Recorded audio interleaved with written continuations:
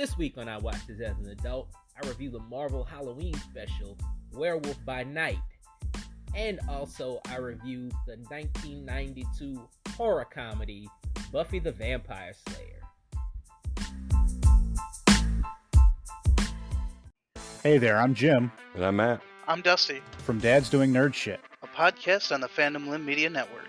We talk about all kinds of nerdy stuff. From Dungeons and Dragons to the MCU. From video games to semi-current space news. And anything else that catches our attention. New episodes go live every Monday morning on Spotify, iTunes, or wherever you listen to podcasts. We can also be found on Facebook, Instagram, and the Twitter. So roll the dice and join us as we discuss the things we love and the culture around being a nerd.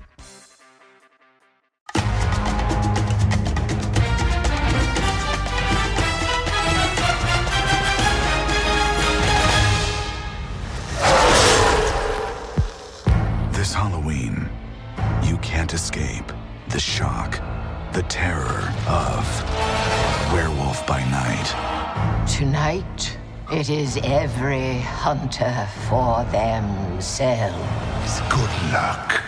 I'll be rotting for you.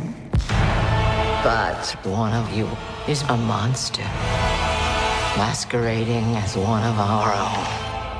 I can't wait to find out what breed of evil you are.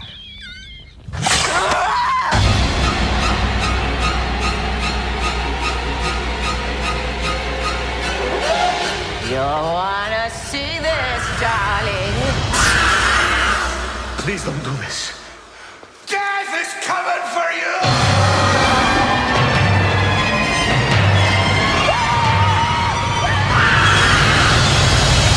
Werewolf by Night.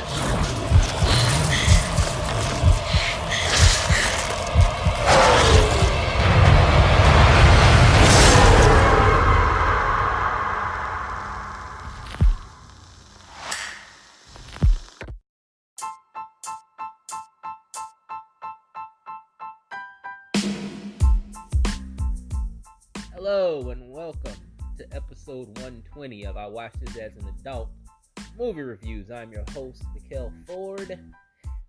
You heard it at the top of the segment. Going to be talking about Marvel's Halloween Special Werewolf by Night. Gonna tell you guys my thoughts about it right now, actually. So let's just talk about it right now. Honestly, I think that this might be the best thing that Marvel has put out in a long time. Honestly. So I'm thinking about everything in this phase, everything in phase 4. It was like some of the stuff in, even like maybe like some of the stuff in phase 3 I'm thinking about. But phase 4, because like phase 4 has been, I hate to be that guy, but phase 4 has had its lumps, you know, like it's had its like phase 4 has been a bumpy road, you know, like I always talk about this on this podcast, and like I always talk about how bumpy phase 4 is, you know, it's just, because what's the first movie in phase 4? Black Widow? No, because I'm thinking about all the movies, and I think I've talked about this before, so I don't want to beat a dead horse. Everybody knows the best thing they put out in phase 4 was Spider-Man No Way Home. You know, like that's the best thing they put out in phase 4. I want to say that this might be the best thing they put out since Spider-Man No Way Home. And it's a Halloween special, you know.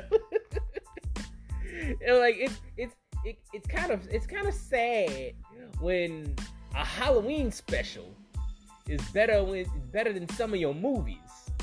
You know, that's kind of sad. It's kind of a sad omen. And I think that's why Kevin Feige's like ending phase 4, like Black Panther Wakanda Forever is the last thing they're doing in phase 4. After that, they're moving on to phase 5, because I believe Originally, Phase 4 was supposed to end with Fantastic Four. I believe that was supposed to be the end of Phase 4. I think there was going to be, like, Ant-Man Quantumania was going to be there. The Marvels was going to be there. I don't know what's coming out after the Marvels. I totally forgot what's coming out after the Marvels. I think Fantastic Four. I think that was it. But, I think that was it. But yeah, like, this phase has been bumpy, and like I said, that's probably why. I think that's why they're ending it prematurely. Because and I also think I've heard rumors that Kevin Feige's been working on some Star Wars stuff, and that kind of pulled him away from Marvel for a little bit. He's got too many hats, pretty much. He's got too many things going on. He's working on the Star Wars stuff. I don't know what Star Wars stuff he's working on, but he's working on that. Then he's trying to handle this Marvel stuff. I really think he just let the directors just do what they wanted in this phase, because he could tell, like, a lot of the movies, a lot of the TV shows looks like a lot of directors' visions. It looks like a lot of director vision. So he couldn't really, like, cause like Kevin Feige, like, I look at these movies, I was like, this is not like Kevin Feige. Kevin Feige's real, like, he loves to micromanage. Like you could tell when Kevin Feige has had his hand in something in Marvel, because, like, everything is uniformed. Because, like, he's a very uniformed managing dude. Like, everything's very uniformed. Everything has to stick to the story. A lot of these stories have veered off. Like Sam Raimi had his vision in Multiverse of Madness. Chloe Zhao had her vision in Eternals. Whatever was going on with Black Widow. But, like, a lot of these movies had their own vision. Taika Waititi with Thor: Love and Thunder, and I think that's why he's not coming back for the next Thor movie, because, like, he went too Taika, I was like, they was like, that's too much Taika. Like, pull that Taika back, that's too much Taika. Like, you gotta pull that back a bit, okay? But I like Taika. I like Taika Waititi. I think he's been overexposed. I do. I think he's been overexposed. But I still like the guy. I'm like, I don't got no problems with him. I think he's like, because how Hollywood is, man. How Hollywood is, man. They start praising the dude. They say he's the next big thing, and then he does a lot of shit, and then people start getting tired of it, and then everybody starts turning on him. And a lot of people look like they like Taika. Like nobody has a bad word to say about Taika in Hollywood. Like, a lot of the actors say they like working with him. They're happy for his success and everything. But I think it's like a lot of the audience is getting like kind of tired of Taika. Because he got this quirky humor about him. Like, he's very quirky, and quirky humor can go only so far. Like, it can go only so far. But like I said, like, that's probably why it's probably best that he work on some other things. Like, because I love Jojo Rabbit. Jojo Rabbit's amazing. Like, Jojo Rabbit's a great movie. But like, I think he should do more stuff like that. He should do more stuff like Jojo Rabbit, work on his own projects. Get out of the Marvel universe. Just stay away from that, because, like, the Marvel fans are like, they want to come at him with, like, pitchforks and fire and shit. Like, oh, you ruined the Marvel universe. They want to come at him. But anyway, I'm not here to talk about that. I'm here to talk about Werewolf by Night, which is kind of like the lead. This is kind of like the lead into that, because I was talking about this being the best thing that Marvel's done in Phase 4. Because, like, it's just so, and I think it's like only an hour. I think this thing is like only an hour, and it's so well put together. It's so well put together Because you got because I like the black and white. I like the black and white. Like the whole ambiance of it. The whole ambiance, the black and white, the way it looks like an old Universal Studios movie, like the Universal Monsters. It looks like a Universal Monsters movie. I love that. I love because like it's a bit, and like that's a bit quirky. That's a bit quirky too, because like they're doing like this old universe. They're doing like this throwback Universal Monsters shit. You know, like something that the Dark Universe should have done. I think if they would have done that, like the Dark Universe would have survived, but they didn't do that. Marvel did Universal better than Universal does Universal. You know, and that's funny. That's the funniest shit right there. I was like, Marvel did Universal better than Universal. I was like, get the fuck out of here, man. But yeah, like I said, I like the whole ambiance. I like that the whole like special is in black and white. Like there's no color. Spoiler alert, there's no color until the end. Like, cause it does turn the color like in the last 5 minutes. The last 5 minutes of the special are in color, and I think like I think there's a reason for that. Like there's a reason for that. But like I said, like very well put together special. I wish it was a movie. I wish Werewolf by Night was a movie. Gael Garcia Bernal is great. Like he's great as Jack Russell. Like he's the Werewolf by Night. Like he's the Werewolf by Night. Which I like. Gael. What happened to the name Gael for dudes? You know, this is a side note. What happened to the name Gael for dudes? You don't see a lot of guys named Gael anymore. The last Gael I know is like the football player Gale Sayers. You know, he used to play for the Chicago Bears back in the 1950s or something like that, or 1960s. I think, like, he's the last male Gale. Gale is a dead name for guys, and it's cool to see a guy walking around with the name Gale. You know, because his name always throws me off, and I also get him mixed up with Diego Luna for some reason. I don't know why.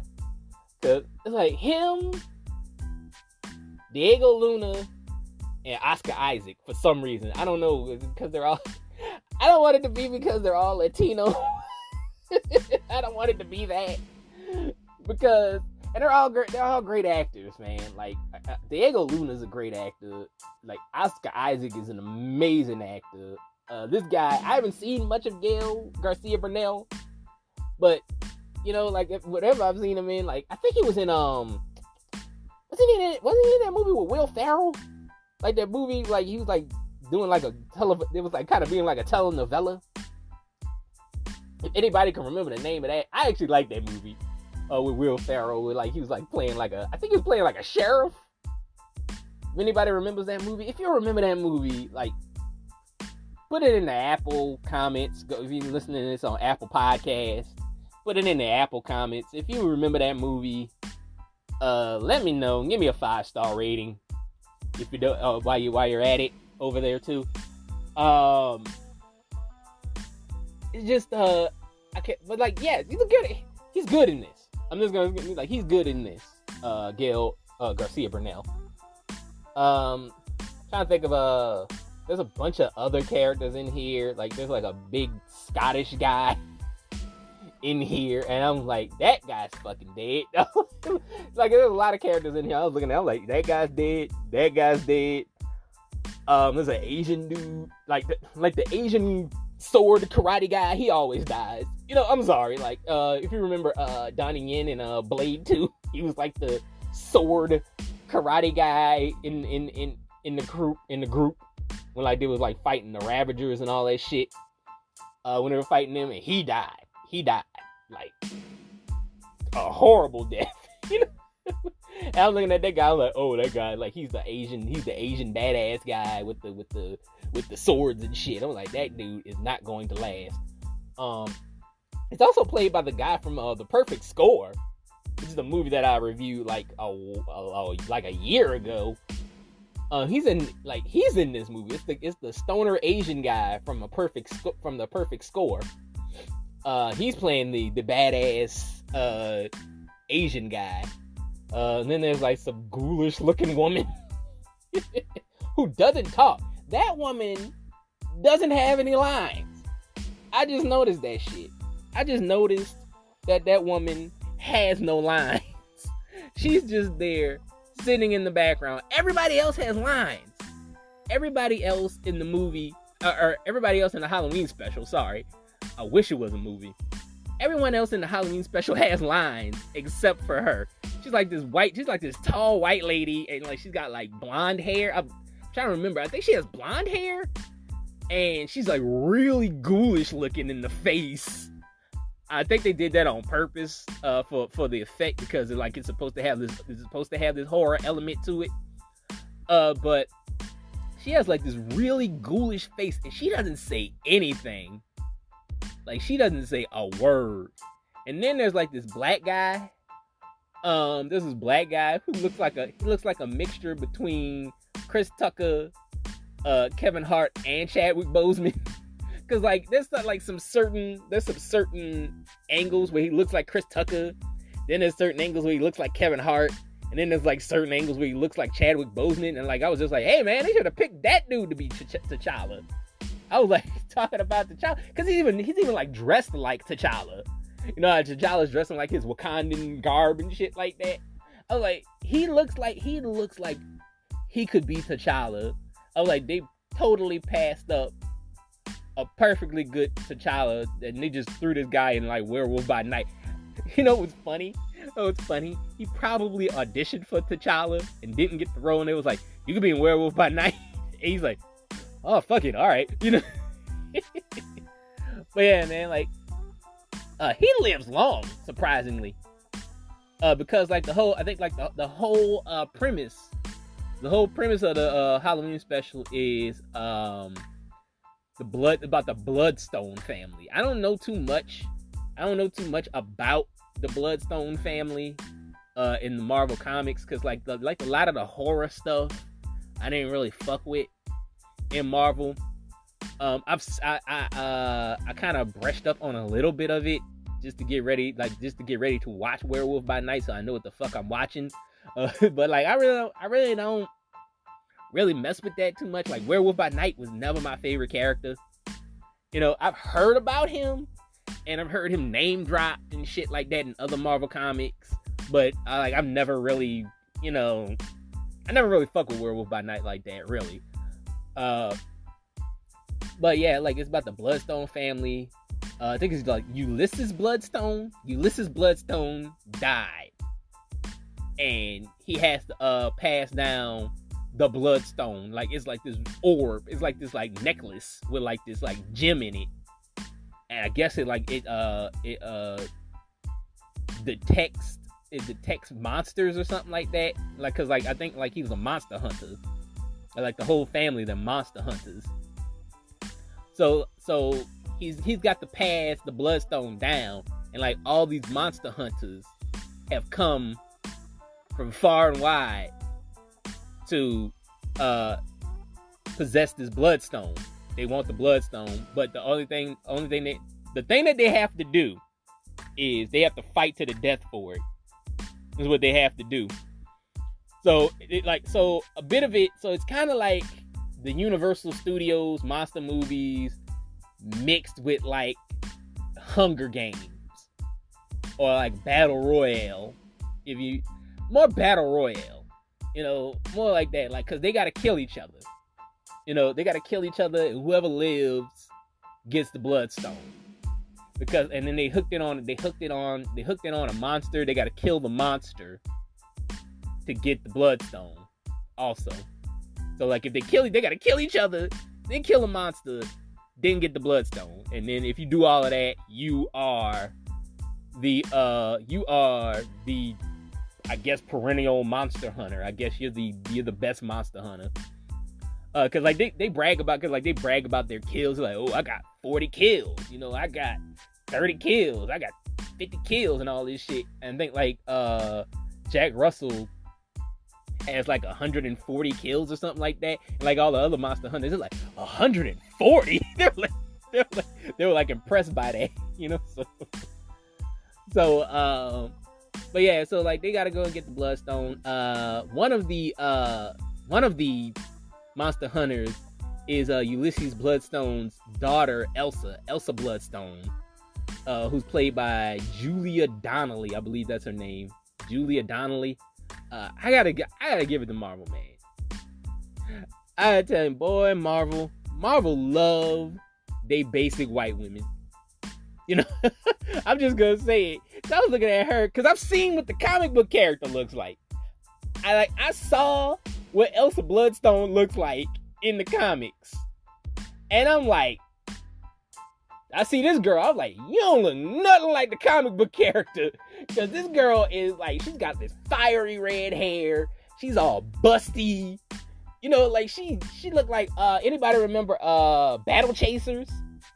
If you remember, like Battle Chasers was a comic book back in the day. I don't even know if they still make Battle Chasers. They probably don't. I haven't heard anybody talk about Battle Chasers in like 20 years. But I remember Battle Chasers. I remember I used to draw them. I used to draw Battle Chasers when I was like a teenager. When I was like 13, 14 years old, I used to sit in my room and draw the Battle Chasers. But yeah, they used to have this character on the team called Monica. And she looks a lot like Monica from Battle Chasers. Monica was like real busty. Like she had some big ass titties, and she used to dress all provocative, and she had like this red hair. You know, like she was like real seductive and shit. Like that was her character. That's what Elsa Bloodstone looks like. She looks like Monica, or Red Monica. I think her full name was Red Monica. She looks like Red Monica from Battle Chasers is what she looks like. The girl in this show looks nothing like that. She looks like every other basic white woman that you've ever fucking seen in these Marvel shows. Like Marvel loves they basic white women. Brie Larson, Kobe Smulders, because Maria Hill in the comic books is hot as fuck, and you got Kobe Smulders playing her. The only chick in the Marvel Cinematic Universe that ain't that basic looking was Scarlett Johansson. You know, like Scarlett Johansson was the only one that wasn't that basic looking. Florence Pugh's okay. Florence Pugh is alright. But they love that. They love that shit. They love that shit. Like Brie Larson, Kobe Smulders, Tatiana Maslany. I understand. I love what they do with Tatiana Maslany on She-Hulk though, because I love it's like the dichotomy between her and She-Hulk. She's really basic looking, and She-Hulk is amazing looking. You know, so like that works there. But you got like I said, you got Brie Larson as Captain Marvel. You got Kobe Smulders. Who else you got? There's some other chicks in the MCU. I was like, Gwyneth Paltrow. You got Gwyneth Paltrow as Pepper Potts. I can't think of all the women in the MCU right now. I really can't. I'm trying to think of them all right now, but you get my point. They love they basic looking white women in the MCU. Like I said, the only one that didn't look basic was Scarlett Johansson. Like, Scarlett Johansson's a motherfucking smoke show. She is. You know, like, even at her age now, she's still a motherfucking smoke show. Florence Pugh is okay, too. Because, I was thinking about Captain Marvel, because I've always wanted Charlize Theron as, Captain Marvel. Charlize Theron's in the MCU now as Clea. Now. But I always thought that, Charlize Theron would be a perfect pick for, Captain Marvel, because... And she's not basic looking. Charlize Theron is not a basic looking woman. She's a beautiful woman. You know, she's a beautiful woman. But that didn't go that way. They went with Brie Larson. And I remember when everybody was making fun of the fact that she ain't got no ass. I remember if you seen that meme You seen that meme where like she's in goddamn Captain Marvel suit and like they pinpoint on her ass and they show the fact that her ass is flat. She's just like straight back. It's just all back. She ain't got no ass, you know. But I know you guys, oh god, he's body shaming. I was like, this is all comedy, folks. This is all fucking comedy. All right. But yeah, man. But I'm just saying, they love their basic white women, and like the chick they got to play Elsa Bloodstone ain't no different. I don't know. Maybe she'll come back and she'll look like that. I don't know. But right now, she basic as fuck. Let's talk about another character in here. Let's talk about the villain first. There's Elsa Bloodstone's stepmother is the villain. And like she's a monster hunter. And she doesn't like Elsa. I guess like Elsa disowned her father or something like that. And, like they had like a falling out, and she hasn't come to see him in a while. And once he dies, like that's when she comes back. There's a funny goofy scene with Ulysses Bloodstone's body though, where it's in the trailer. Like that puppet thing, that ghoulish puppet thing that looks like the Crypt Keeper that's talking in the trailer. That's Ulysses Bloodstone. Actually, that's his body. It's a thing where like his like they crank his body up in the coffin. They crank his body up in the coffin and he starts talking. Like the body moves. It's like one of those like fortune teller things. Like I say, he looks like the Crypt Keeper. He even has like bad jokes like the Crypt Keeper. Because he'd be like, I'll be rotting for you. You know? And he's like, sorry, it's my sense of humor. Something like that he said. He said something like that. And that was like his last words, and then they closed the coffin on him. That was the most goofiest thing in this whole goddamn movie. In this whole goddamn special. I keep calling it a movie. It's a special. But I like how the humor, like it's not humorless. This special's not humorless.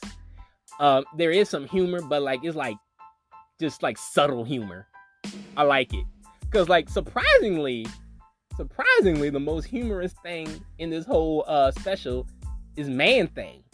Let's talk about Man Thing. Like Man Thing is actually kind of the comic relief. I know some people are probably like, shit. Oh man. Cause like Man Thing is like Marvel's version of Swamp Thing. You know, that's because DC has Swamp Thing, Marvel has Man Thing. You know how Marvel and DC copy each other all the time. Quicksilver, The Flash, Aquaman, Namor, Batman, Black Panther, you know, Superman, Captain America, you know the deal. You know, they copy each other all the goddamn time. What's that group? I'm trying to think of that group. Oh yeah, the New Gods, Guardians of the Galaxy. You know, you get it. You know, like they all copy each other.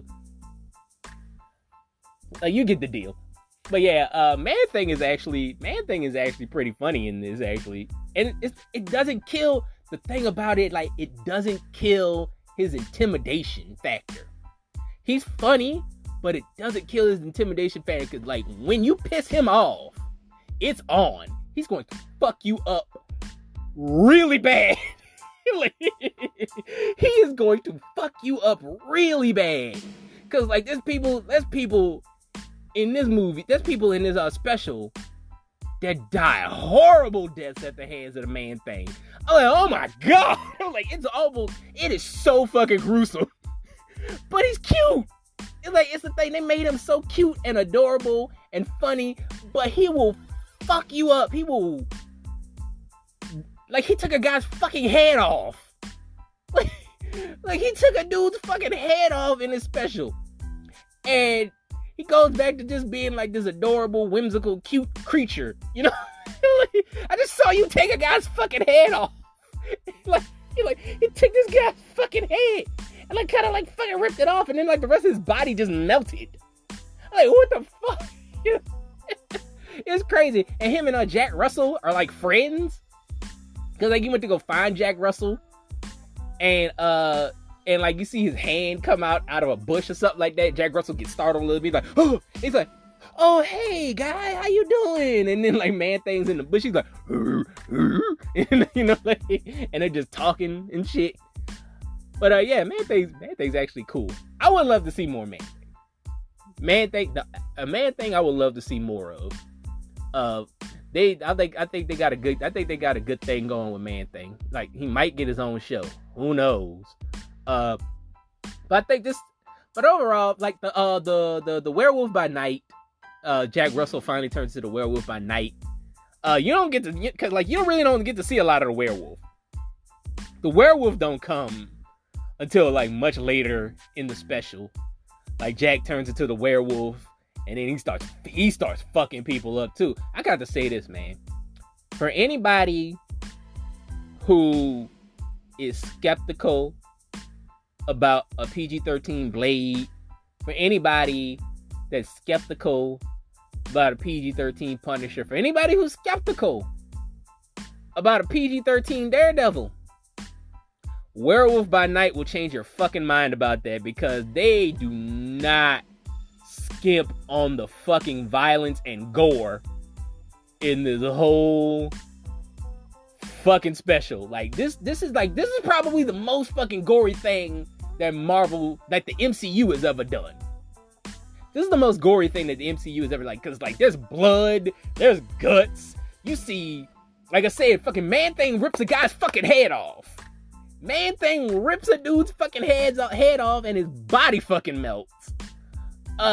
Werewolf by Night is just like ripping motherfuckers' jugulars out of their goddamn throat and punching them through their fucking stomach, and you know, like just Elsa Bloodstone stabs somebody in the fucking head with an axe. Like, and it looks terrible. It looks really fucking gruesome. They shoot on that. Like, she takes this axe and she fucking jams it in somebody's fucking head, and they stay on that for a little bit. You got the blood running down the face and all that shit. She fucking cuts a dude's fucking head off. I mean, like, they get bloody. They get real bloody in this special. So anybody that's still like, oh, Blade can't be good if it ain't rated R, I'm like, watch Werewolf by Night. You can see what they can do with a PG-13 rating. You'll see what they can do with a PG-13 rating. And like, they can get bloody if they want to. Multiverse of Madness was a little bit bloody. Like, Multiverse of Madness was kind of bloody. So that's PG-13. I didn't expect them to go that far in Multiverse of Madness. But I think they go even further in Werewolf by Night than they did in Multiverse of Madness. Just to let you know that I think they've heard people talk about this. They're like, oh, all the rated R characters, they're gonna get pussified and all this shit. Like, nah, they didn't pussify Werewolf by Night. They didn't pussify Man-Thing. They didn't pussify Elsa Bloodstone. Like, they get gory. They get bloody. And I think that's where like most of the gore and the bloodiness is gonna stay. I think it's gonna stay on the horror side. I think it's gonna stay on the street level side of Marvel. Like all the fantastical shit, like all the really superhero shit, like that's gonna stay kid friendly, I believe. That shit's gonna stay kid friendly. All the horror stuff, I think they're gonna go a little bit. I think they're gonna push the boundaries of that, and I think they're gonna push the boundaries of the street level characters. I really think they're gonna do that. But yeah, man. Overall, man, I fucking love this thing. This, like I said, this is the best thing that Marvel Studios has done in a while. And I would love to see more Man-Thing. Like this, like I said, like this opens up the horror universe. You might see more Moon Knight. This opens up the gate for Blade. This opens up the gate for like the Midnight Suns. Like we might see Brother Voodoo and all those guys. You know, Ghost Rider. You know, like this opens up the gates for Ghost Rider. I'm loving this shit. I'm loving it. Glowing review. That's it. I love the thing. It's fucking awesome. I'll be back with my review of Buffy the Vampire Slayer after these messages.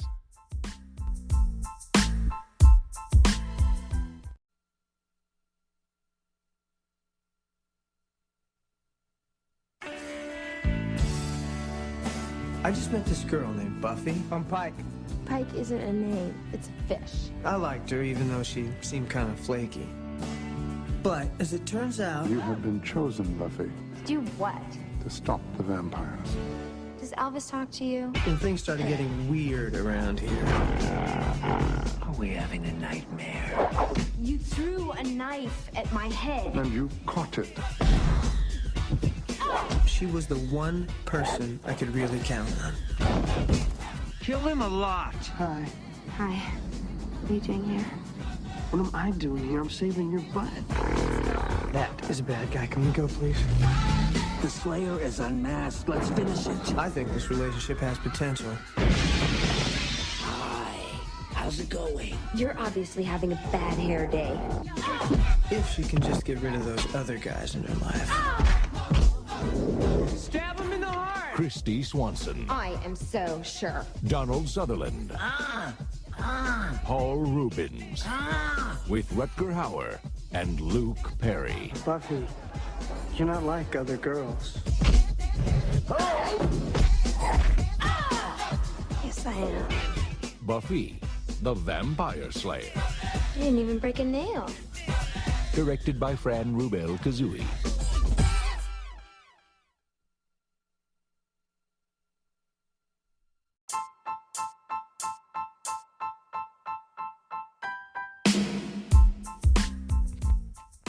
Buffy the Vampire Slayer from 1992. Let's get into the technical first. This movie was directed by Fran Rubel Kazooie. I think I'm saying that last name right. Like some of these directors and their names, man. I'm not gonna lie. Some of these names are like really strange. Fran Rubel Kazooie. I hope I'm saying that right. That's who this movie's directed by. The screenplay was written by Joss Whedon. The movie had a budget of $7 million and brought in $16.6 million at the box office. So it was a okay, it was an okay movie at the box office. It made some money. The movie has a Rotten Tomatoes score of 36%. I don't know if these are fun facts, but these are facts because they're about Joss Whedon, and we know about Joss Whedon. Joss Whedon actually dislikes this movie. He doesn't like this movie because it wasn't the exact vision that he wanted it to be. So like he had a lot of issues on set. He actually got into a confrontation with Donald Sutherland, who's in this movie. He plays Buffy the Vampire Slayer's mentor. He plays Buffy's mentor. He didn't like Donald Sutherland because he believed that he was difficult to work with. Cause Sutherland, Donald Sutherland is a veteran actor. At this point, he's been doing this for maybe 20 years, 30 years at this point. And so he would improvise. He would improvise his lines constantly. And it would make Joss Whedon mad. It made him so mad that he eventually walked off the set and never came back. He never came back. Because there was a lot of things in this movie that Joss Whedon wanted. I think he wanted, first I don't think he wanted it to be a comedy. And they made it a comedy. He didn't like that. And so he felt like a lot of his vision got lost, which I don't know how long at that point in 1992. I don't know how long Joss Whedon had been writing at that point. I don't even know if this is his first movie. Maybe sometimes not don't do your life's work as your first movie. Don't do that. You save that for later. You might want to write something that's bullshit first. Maybe write a couple of bullshit movies, or if you get on, write a movie for a studio or something like that, and then you push your life's work out there. You know, I think that was the problem. He put his life's work out there first, and then he just kept wanting to do what he wanted to do. You know, so I don't know. Maybe Toy Story, because like he did write on Toy Story. You know, Joss Whedon wrote on Toy Story. Maybe that gave him like carte blanche to do whatever the fuck he wanted to do, because Toy Story was a hit. Toy Story was a hit, and like eventually he got to see his vision fulfilled, like with the Buffy the Vampire Slayer television series. You know, like he got to do what he wanted to do after that. And I like I said, I think maybe Toy Story like provided him that. I don't know any other movies that he's written, honestly, because honestly I didn't even know. Honestly, I'm gonna be honest with you, I didn't even know he wrote the original Buffy the Vampire Slayer. Did not know that. I did not know that this was his vision. I thought it was just something that the WB gave him. I thought it was just like, oh, hey, we need somebody to do Buffy the Vampire Slayer. Call Joss Whedon. You know, like he was, you know, I thought it was just that. And he just took the show on as his baby. But I didn't know that this was his baby all along. I didn't know that this was the thing, his life's work. You know, I didn't know that. So like that was a surprise to me. But yeah, he eventually got what he wanted. I love the Buffy the Vampire Slayer TV series. It's one of my fucking favorite shows. I love Angel more. You know, I'm more of an Angel guy. Cause like they had the spin-off Angel, if you know. Like I'm an Angel guy more. But I still love Buffy. Cause like there's a point where I think Buffy the Vampire Slayer got a little bit too diluted towards the end. I think when they moved to like UPN. When they moved to UPN, I think it got a little bit more diluted. Like Buffy started fucking Spike and shit. I was like, what the fuck? What? I think Willow turned into a witch. You know? Oh shit. I remember Seth Green being on that show. He's like a wolf man. When he a wolf man on that show, I haven't watched Buffy the Vampire Slayer in a long time, but I used to love it when I was like a kid. I used to love that show when I was a kid. But yeah, it did get kind of, it got a little bit too diluted for me, and I kind of fell off. But I stayed with Angel for a while, and then I think I kind of grew out of that too, and then, you know, but I stayed with both those shows for a long time. I'm not gonna lie. But like I said, like one of my favorite shows, one of my fucking favorite shows. Let's talk about how I saw this movie as a kid. I just saw this movie on HBO, I think, with my parents. Like, it's not a real, like, I don't have like a real big story about it. There's gonna be a couple of movies like that where I'm just like, I just saw it as a kid and it wasn't really all that special to me, you know. I thought the movie was pretty cool. Like the first time I saw it, you know, the first time I saw it, like I remember liking Buffy a lot as a kid. I remember also liking the fact that she did martial arts, you know, because I was really into like martial arts at the time. You know, I was really into like the Ninja Turtles and I was watching a lot of like, I was about to say karate movies. That's what we called them back in the day. We used to call them karate movies. I don't know if like people call them that today because that's probably racially insensitive. I don't know. Just to call any movie a karate movie. Martial arts films. I used to love martial arts films growing up. I used to watch like a lot of Van Damme movies, a lot of Dawn the Dragon Wilson movies, a lot of like Cynthia Rothrock movies, you know. Used to watch a lot of like grew up on Jackie Chan and all that stuff. You know, like I watched a lot of those movies. Like a lot of the movies that came from China, you know, like a lot of those movies. I used to watch a lot of those films. So her doing martial arts was like a plus for me. I was like, yo, she do at the time. I was like, she do karate too? You know, I'm like 7 years old at the time. I'm like, she do karate? I'm like, oh my God, this is awesome. You know? So like I love they had all the elements that a kid would love. Karate, teenagers, monsters, You know, like everything that a kid would love, you know. I like that shit. But let's see how I feel about this movie as an adult, shall we? This movie really, like, wastes no time. I was, like, shocked at how fast this movie moves. Because, like, in, like, the first minute and a half of the movie, they tell you the origin of the Slayer. Because, like, you got, like, Buffy's, like, ancestor. You got Buffy's ancestor in, like the medieval days. Like, she's, like, hunting vampires and shit. Yeah, like, they just show you that. Like, and they do that, like I say, they do all of that in a minute and a half. And like, oh yeah, this is what the Slayers did. Like, this is Buffy's ancestor. She killed vampires. She dead now. Moving on to present time.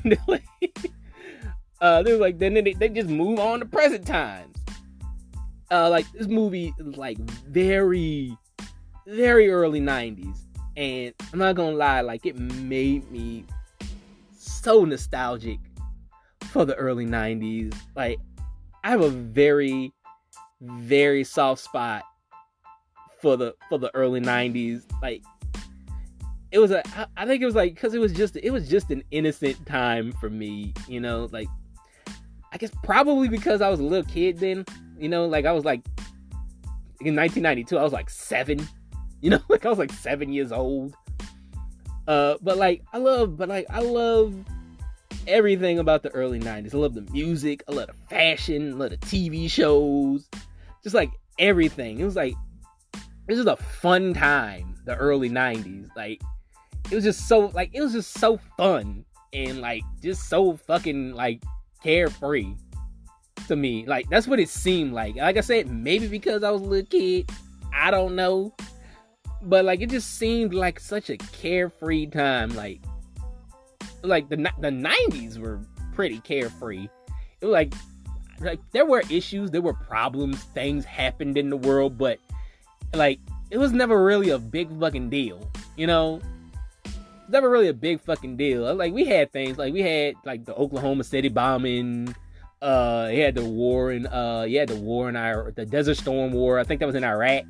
That was happening in the early 90s. You had the riots in Los Angeles, you know, after the Rodney King trial and all this stuff. But like, things happened, but it never got blown out of proportion like it is now. You know, like, and like nobody picked up. It didn't get political. Let's just say, like, a lot of things today are political. You know, oh wait, I don't want to get into that. I don't want to get into politics. Sorry. You know, like, I'm not gonna get into politics. You can go to somebody else for that. I'm not gonna get into politics. I already had somebody complain about an episode that I did, and it was like, oh my god, your show, you talk about politics. I didn't come here for no politics, you know. So all right, I'm not gonna talk about politics. Let's stay on the movie. Let's stay on the movie, shall we? The opening of the movie is Buffy, who is a cheerleader. Another thing, she's a vampire slayer who's a cheerleader. And like, she's a cheerleader, and her squad is like doing like a whole synchronized dance routine to early like 90s pop rap, you know. I don't know, they're like dancing to fucking like Technotronic or whatever the fuck, you know. Pump up the jam, pump it up, you know, all that shit. They dancing on something. They dancing to like fucking Marky Mark and the Funky Bunch or some shit. I don't know, but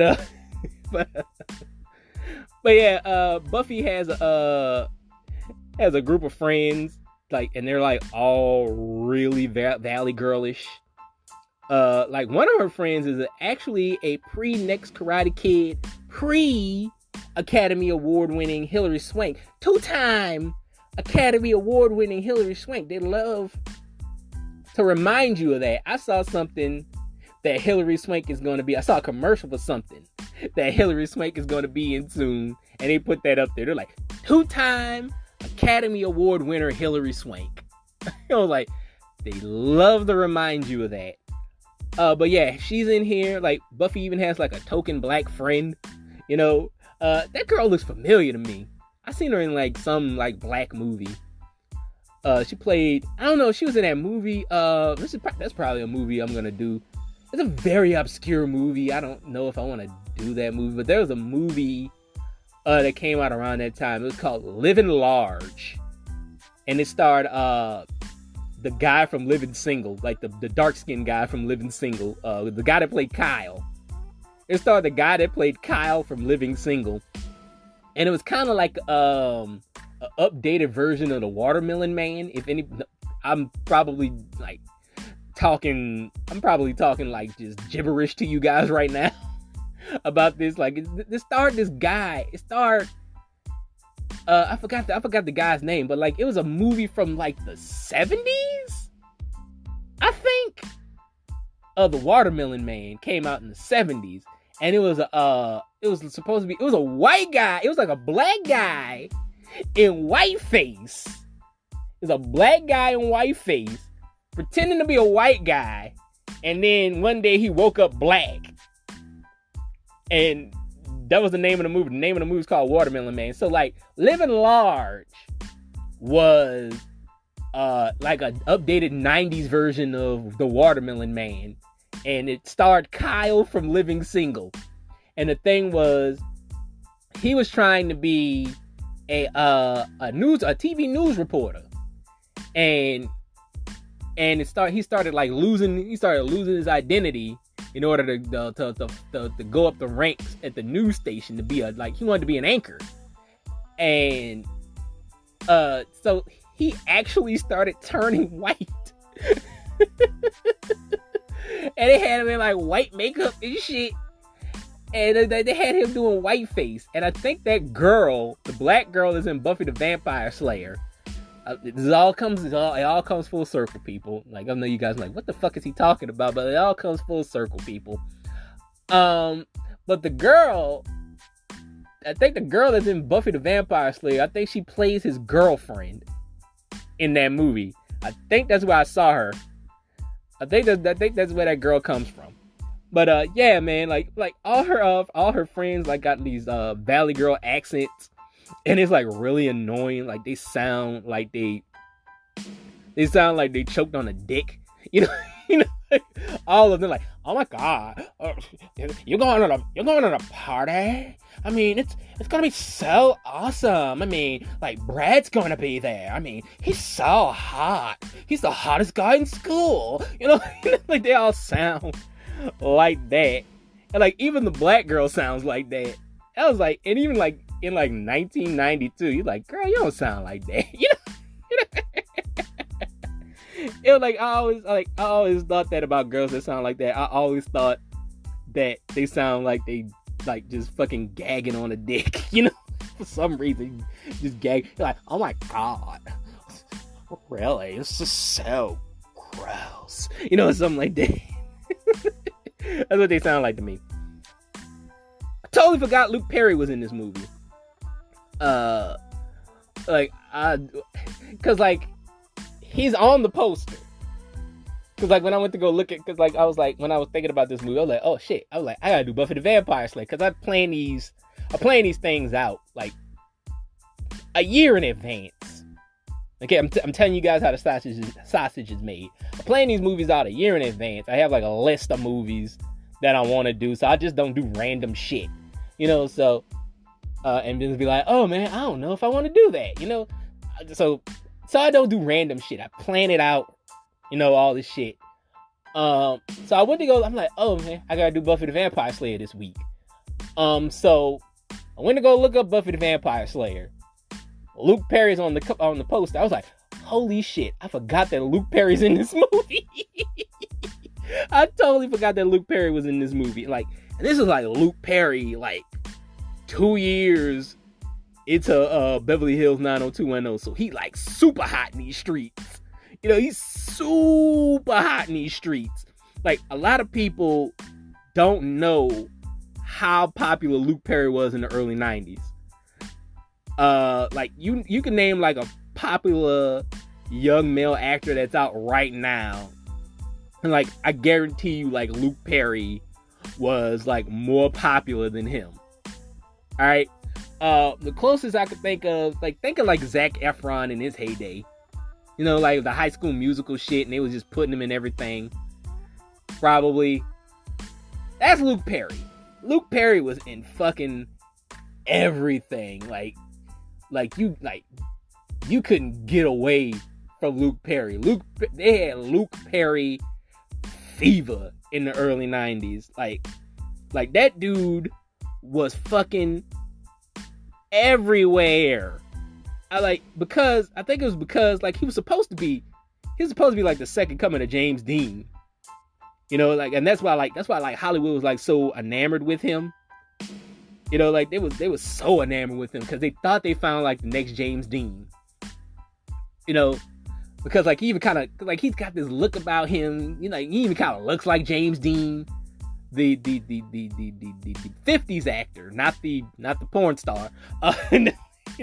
Because I know there's some people that were just like some kids listening. It's like, James Dean, the porn star? Like, no, not the porn star James Dean. There was an actor from the 50s named James Dean. Okay, yeah, that's like he was supposed to be the second coming of that. And like you couldn't escape this dude. He was fucking everywhere. David Arquette is also in this movie, which I forgot. This movie made me remember how long this dude's been acting. Cause I think the first thing I ever saw David Arquette in, I saw him in this movie called Airheads with Brendan Fraser and Adam Sandler and Steve Buscemi. Like you know, when like they're playing like this rock band or some shit. Airheads is funny. I like Airheads. But yeah, that was like the first thing I ever seen David Arquette in. He was in Airheads. But like this is like 2 years before Airheads. Because I think Airheads came out like 94. But like this made me remember how long he's been acting. It's also nepotism, you know, like his sisters act, his brother acts, his sister brother acted too, Alexis Arquette, you know, like because he used to be his brother, then he became his sister. So like all of the whole that whole family acts. But like his sisters, Patricia and Rosanna, they were like the two big stars of their family at the time. Because Rosanna was in everything in the 80s, and then Patricia came up, and then she was in everything. And like around like the mid 90s when David started getting into stuff, Alexis was in some stuff too. Like, cause like he's in Pulp Fiction before he transitioned. He's in the wedding. He's funny in The Wedding Singer. Oh, like Alexis Arquette. I think that's when he was officially Alexis Arquette in The Wedding Singer. So I gotta. She was funny. She was funny in The Wedding Singer. She was very funny in The Wedding Singer. I love that character because like she's like some Boy George type character in The Wedding Singer. I love that character. But it's so funny. But yeah, like I forgot how long this dude's been acting, but like I said, like his whole family's been acting. They got another brother too. I forgot his name. I think his name is Louis or some shit. Louis Arquette. He's not very. He's like one of the Arquette siblings that doesn't stand out, because all of the Arquettes have something that stand out about them. You know, because like I said, Alexis transition. You got the two sisters. You got the other two sisters, Patricia and Rosanna. You know, like they had like this kind of like weird. They got kind of like this weird charisma about them. David has a weird charisma about him. You know, and he's like also, I think he's like the baby of the family. So like he's like the baby brother. He's like the last kid. So like, that makes him stand out because he's the baby. You know, like a lot of the babies of the families, you know, like they're gonna stand out a little bit more. But the older brother, Louis, like he doesn't stand out at all. Cause like I don't even remember what he looks like. I've seen him before. He's been in movies and television shows, and every time I see him, I forget that he's an Arquette. You know, I always forget. I was like, wait, that's the oldest Arquette brother. You know. But yeah, man, like I forgot how long that dude's been acting. Also, Luke Perry and David Arquette, I want to say, like, they probably got along, like, really well. Because, like, they play best friends in this movie, Luke Perry and David Arquette. They play these, like, stoner friends. But like I say, they probably got along really well because, like, they're both into pro wrestling. They're both big pro wrestling fans. Found this out, like, Luke Perry was a huge wrestling fan. David Arquette is a huge wrestling fan. Like, Luke Perry's son actually went on to become a pro wrestler. He's actually signed to this. He's actually signed to a wrestling company, AEW, which is like it's a competitor to the WWE. He plays this character called Jungle Boy, you know, and he looks just like his dad. I seen him. I'm like, he looks just like his father. Jack Perry is his name. Jack Perry, Jungle Boy Jack Perry. That's his name in AEW. But like, yeah, his son's a pro wrestler. Luke Perry's son is a pro wrestler, and also David Arquette is a pro wrestler now. He's a former WCW World Heavyweight Champion. You know, so like, so like he's gotten into pro wrestling. He's taken pro wrestling a bit seriously. So like they kind of had that bond. So I'm thinking that they got along really well. They probably just talk about fucking wrestling on the set all the time. So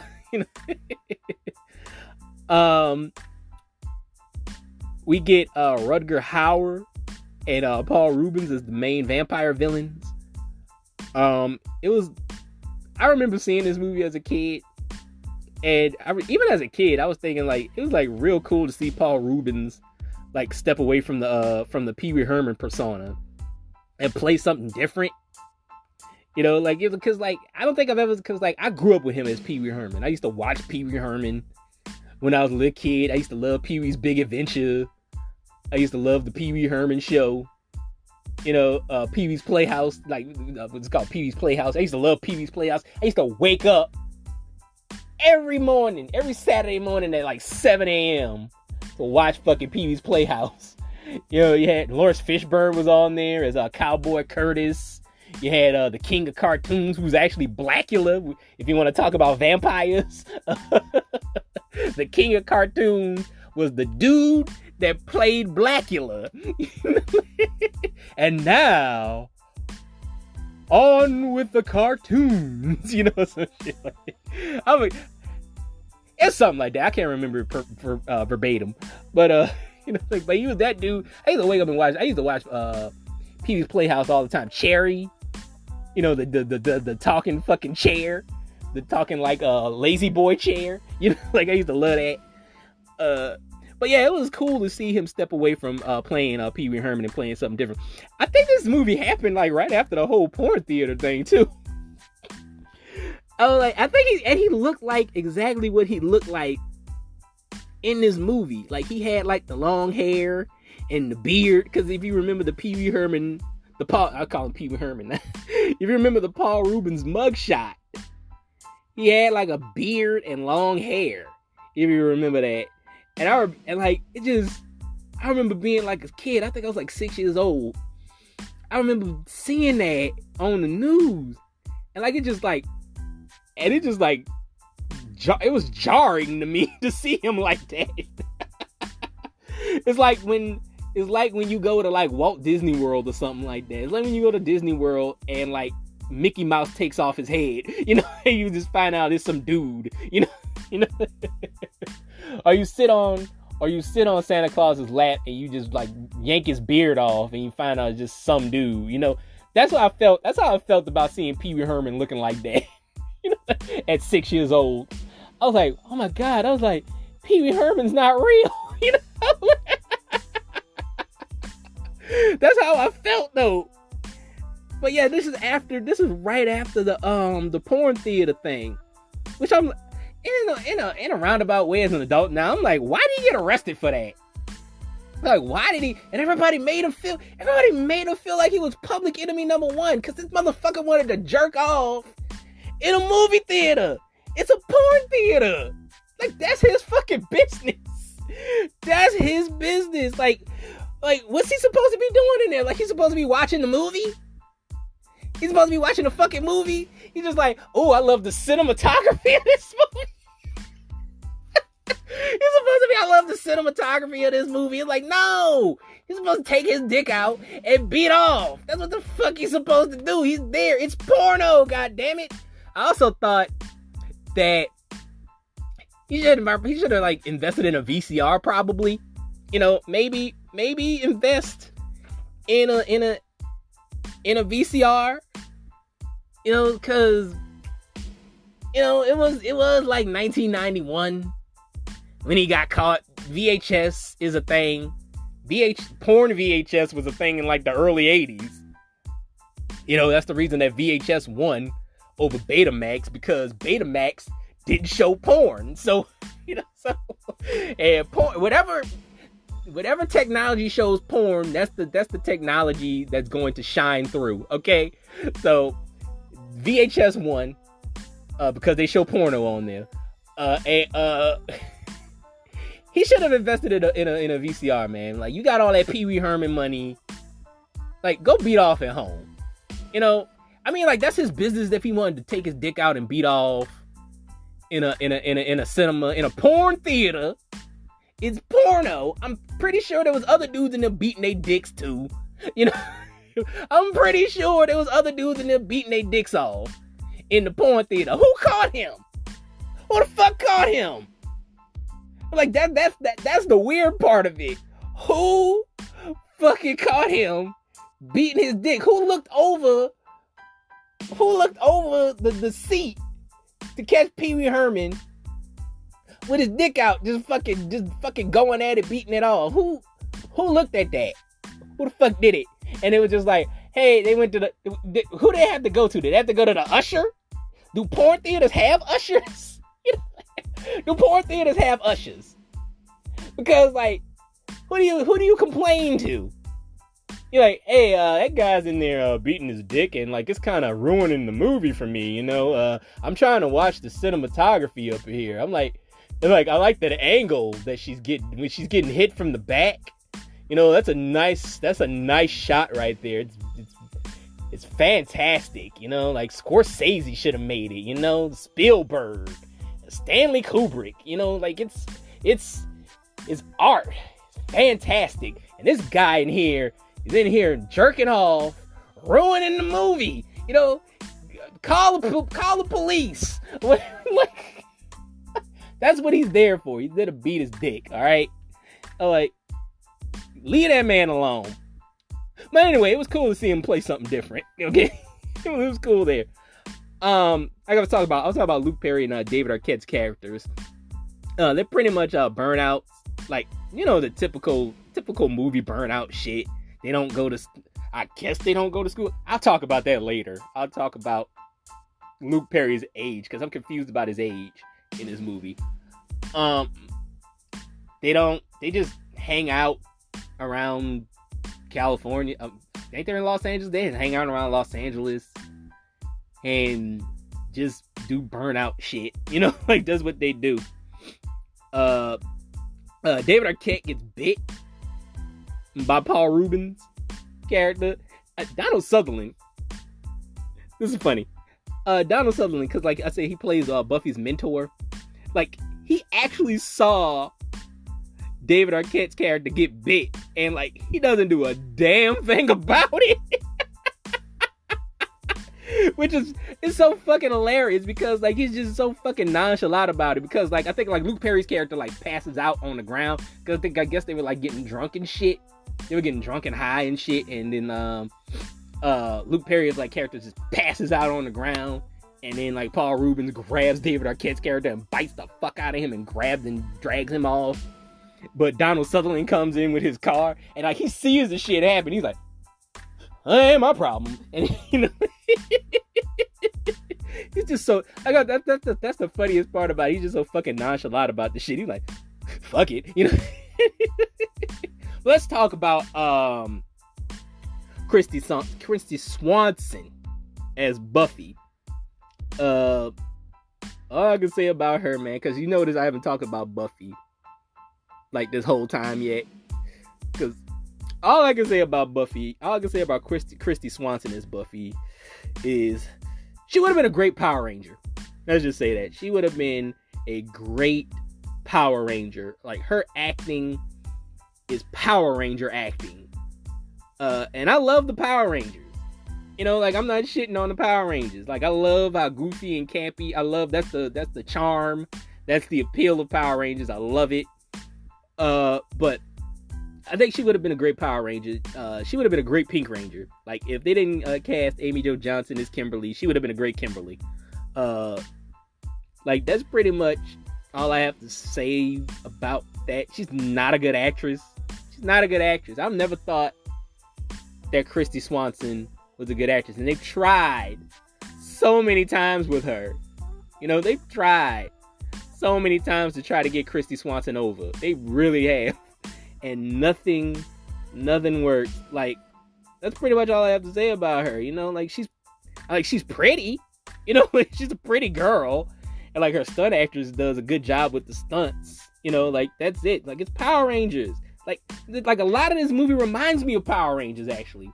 A lot of this movie reminds me of Power Rangers. It's Power Rangers with vampires. Like, it's set in California. We have a teenager who's, like, chosen to fight monsters with karate. Like, I'm not saying that Buffy the Vampire Slayer stole from Power Rangers.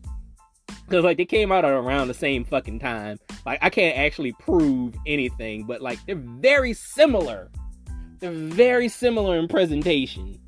You know, like, that's all I got to say. Like, they're very similar in presentation. Like, I can't prove that anybody stole anything. You know, so it's just a coincidence to me. Rutger Hauer. Rutger Hauer looks so silly as a vampire. Rutger Hauer. Like, he looks like a white Little Richard. That's what he looks like. Because when he comes on screen, he's got like this perm and this cape. You know, like, he looks like a white Little Richard. That's what he looks like. Like, he looks really, really stupid. I like the training montage with Buffy learning how to be a vampire slayer. I like that. I thought that was pretty cool. Donald Sutherland is trying his best to bring a serious tone to such a silly movie. This movie is so silly. You know, it is so silly and campy. But, like, he brings the vulnerability and an earnestness to his character, and, like, he kind of becomes like a father figure to Buffy as the movie goes along. You know, so, like, I like that. Like, he's the most sincere character in this whole movie. Donald Sutherland's character. Luke Perry's character is, like, kind of doing his own thing in this movie. You know, like, him and Buffy don't, towards the beginning to the middle, him and Buffy don't really coexist with each other. They don't really, like, run into each other a lot. You know, like, he's doing his own thing. It's almost like he's in a separate movie from Kristy Swanson. You know, but, like, they eventually, like, come together. You know, cause he's got, like, his own, like, story arc and shit. And, like, he's kind of fighting the vampires by himself too. You know, he's kind of fighting the vampires by himself. And, like, they eventually come together towards, like, the climax of the movie. There's a part in this movie, like, where, like, it kind of becomes, like, Teen Wolf at one point, where, like, you got a vampire playing basketball. Like, cause, like, one of I guess he's, like, one of Buffy's friends, or, like, one of Buffy's boyfriend's teammates, which the boyfriend's irrelevant. I ain't even gonna fucking talk about him. He's barely even in the goddamn movie. But, like, one of Buffy's boyfriend's teammates, like, gets bit by a vampire, and then, like, he shows up to school as a fucking vampire. I mean, what the fuck? You know? And he's playing basketball in a basketball game. We also get a cameo from a young Ben Affleck. You know, like a young Ben Affleck in this movie. He had to be maybe 18. Like, he probably like 17, 18 years old in this movie. He looks pretty young. And, like, he's in this movie for like a minute, and he only has like one line. Like don't really look too much into it. It's just one of those things. Like, yo, that's Ben Affleck. You know, and he's gone. You know, he's gone. I think he even talked about his little role in the movie because he was talking. I think he was kind of joking about it. He was like, I'm in that movie for a cup of coffee, man. He was like, and he's just like, I'm not. He's like, because I think he said they dubbed over him. He was like, I think he said he saw the movie. Like, I watched the movie, and I'm like, that's not even my voice. He said, they dubbed over my voice. But yeah, man, he's not in the movie very long. Then you get like the Buffy and Pike romance. Pike is Luke Perry's character. Buffy and Pike, like that romance just really comes out of thin air to me. Like, it's like it doesn't feel necessary, because I'm trying to think, because like they were just talking, but they were just talking. It's like whenever like a guy and a girl are in a movie together and they team up, like they always got to end up fucking each other, like they always can they be in a movie? Can a guy and a girl be in a movie without them trying to fuck each other? I mean, come on, man. Like it's just really cliche. It's like we gotta build this convoluted relationship with these two so they can fuck, So I'm like, we don't need that all the time. We just don't. We don't need it all the time. They killed Donald Sutherland's character, which is kind of sad because, like I said, he was becoming a father figure to Buffy. Like he was really becoming like a second dad to her. I also think that they killed him too soon because we really didn't find out enough about his character. Like I don't even know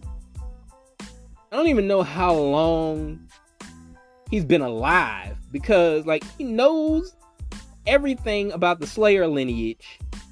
He knows Rutger Hauer's character, like who's been alive for centuries. Like Rutger Hauer's vampire character, he's been alive for centuries.